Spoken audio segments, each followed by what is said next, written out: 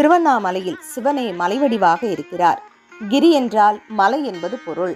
திருவண்ணாமலையை சுற்றி வருவதை கிரிவலம் என்பர். இம்மலையை சுற்றி வருவதால் சிவபெருமானையே நேரில் தரிசித்த பேறு கிடைக்கிறது. பல சித்தர்கள் வந்து ஞானம் பெற்ற மலை திருவண்ணாமலை.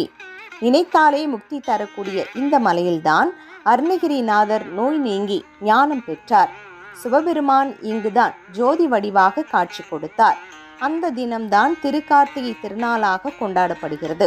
திருவண்ணாமலையில் வீற்றிருக்கும் அண்ணாமலையாரையும் உடனுரை உண்ணாமுலை அம்மனையும் காண பக்தர்கள் குவிந்த வண்ணம் உள்ளனர்.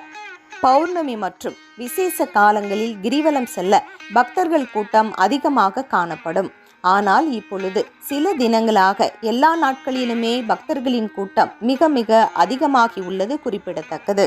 கோவில்களை சுற்றி வருவது எல்லாம் கிரிவலம் அல்ல, மலையை சுற்றி வருவதே கிரிவலமாகும். இப்போது சில மாதங்களாக திருவண்ணாமலையைப் போலவே தஞ்சை பெரிய கோவிலிலும் பௌர்ணமி கிரிவலம் என்ற பெயரில் கோவிலை சுற்றி வருகின்றனர்.